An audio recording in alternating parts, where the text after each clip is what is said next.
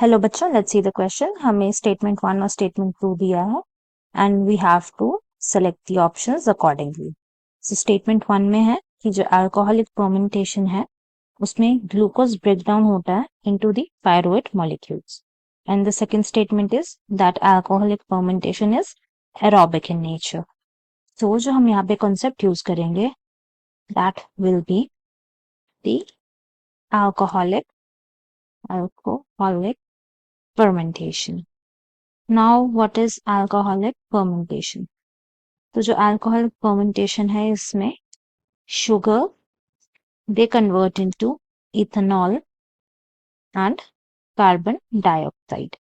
Now let's see the process of alcoholic fermentation.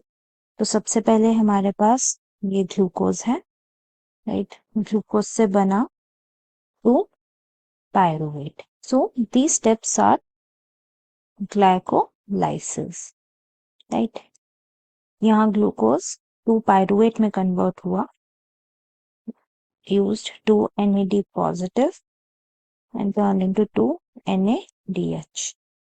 Yeah, 2 ADP का use हुआ and it got converted to 2 ATP produce हुए, right? अब ये 2 pyruvate further 2 acetaldehyde बनाएगा, acetaldehyde, और carbon dioxide release करेगा, और ये 2 acetaldehyde it will turn into ethanol. यहाँ पे 2 NADH will regenerate to NAD positive. Right?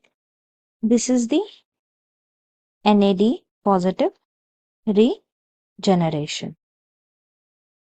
अब जो glycolysis हुआ, it happens in the presence of oxygen, while NAD plus regeneration or the alcoholic fermentation occurred in the absence of oxygen. पूरा process को देखें तो यहाँ पे ऑक्सीजन का बिल्कुल भी यूज नहीं हुआ है, ऑक्सीजन किसी स्टेप में नहीं आया. So it all occurred anaerobic conditions में, तो it is anaerobic respiration.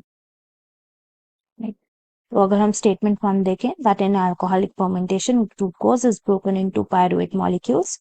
So glucose into pyruvate molecules, so this is correct.